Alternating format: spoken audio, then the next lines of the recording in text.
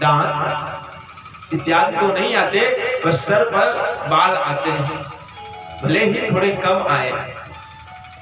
जब हमने जन्म लिया तो हमारे साथ बालों का भी जन्म हुआ। एक समय आया, धीरे धीरे समय बढ़ता गया, इन बालों ने अपना रंग बदल दिया, काले से श्वेत हो गए, धवल हो गए। कैसे हो गए हैं? श्वेत हो गए। तो जैसे यह कहीं और से सीखने की जरूरत नहीं है, हमारे बाल ही हमको संकेत दे रहे हैं, सिखा रहे हैं, अरे भैया मैंने तो अपने जीवन की कालिमा को त्याग करके श्वेत हो गया, लेकिन आप अपने जीवन की कालिमा को कब त्यागोगे?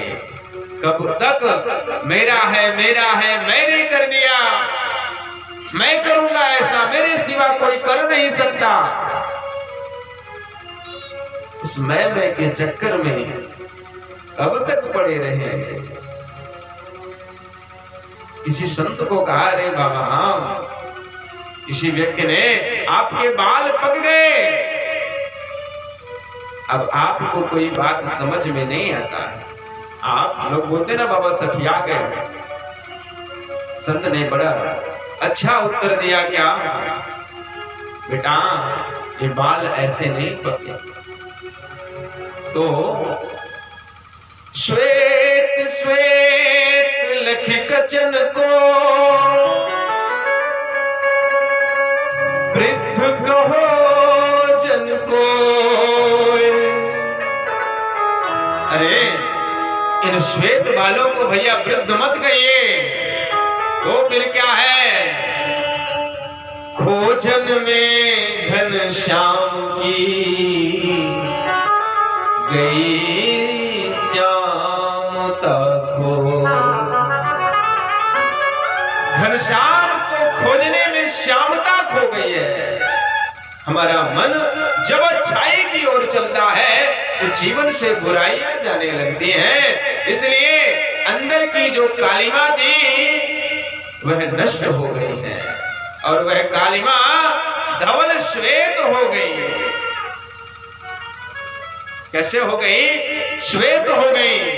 तो हमारा शरीर ही हमको बता रहा है, शरीर के बाल ही बता रहे हैं कि भैया हमने अपना रंग बदल दिया, हमने अपने कालिमा को बदल करके श्वेत हो गए। आप अपने जीवन की कालिमा को कब बदलोगे? आप अपने जीवन की कालिमा को कब बदलोगे? इसलिए विवेकानंद जी महाराज के उन वाक्यों को याद करिए और जीवन में अपनाइए। आलस्य त्यागो न बनो विलासी, जागो उठो हे भारत देशवासी, जागो उठो हे भारत देशवासी, और तब तक संघर्ष करो जब तक सफलता तुम्हारी दासी न बन जाए। वीर्यो भोगे वसुंधरा, वीर पुरुष का लक्ष्मी जी वर्ण करती हैं, वह पृथ्वी का भोग करता है। आज हम लोग घर में सुंदर एसी लगा करके सो रहे हैं, खा रहे हैं, कथा श्रवण कर रहे हैं, तो किसके दम पर? एक पुत्र ने अपने आलस्य का परित्याग किया। कैसे? जिन्हें हम कहते हैं सैनिक, जो देश के सच्चे सपूत हैं। जिस समय हम रात्रि के 3 बजे 4 बजे भयानक निद्रा में सोते हैं, चादर तान करके, रजाई ओढ़ करके, जाड़ों के दिन में, सुबह 3 बजे उनके दिन की शुरुआत हो जाती है। 3 बजे ही दिन हो जाता है और ग्राउंड पे आकर के मेहनत करते हैं, तप करते हैं, परिश्रम करते हैं, और जा करके हमारे आपके लिए हम लोग यहाँ खड़े नहीं रह पाते हैं। यहाँ चादर और कंबल की आवश्यकता पड़ती है। उस हिम श्रृंखला में, कश्मीर की चोटी में, सियाचिन में, ग्लेशियर में, जहाँ -20, -30 तक चला जाता है, 35 तक टेम्परेचर चला जाता है, वहां पर हमारी और आपकी रक्षा करते हैं। अगर वह भी एक दिन आलस्य कर जाए तो फिर हम और आप यहाँ बैठ करके कथा श्रवण नहीं कर पाए।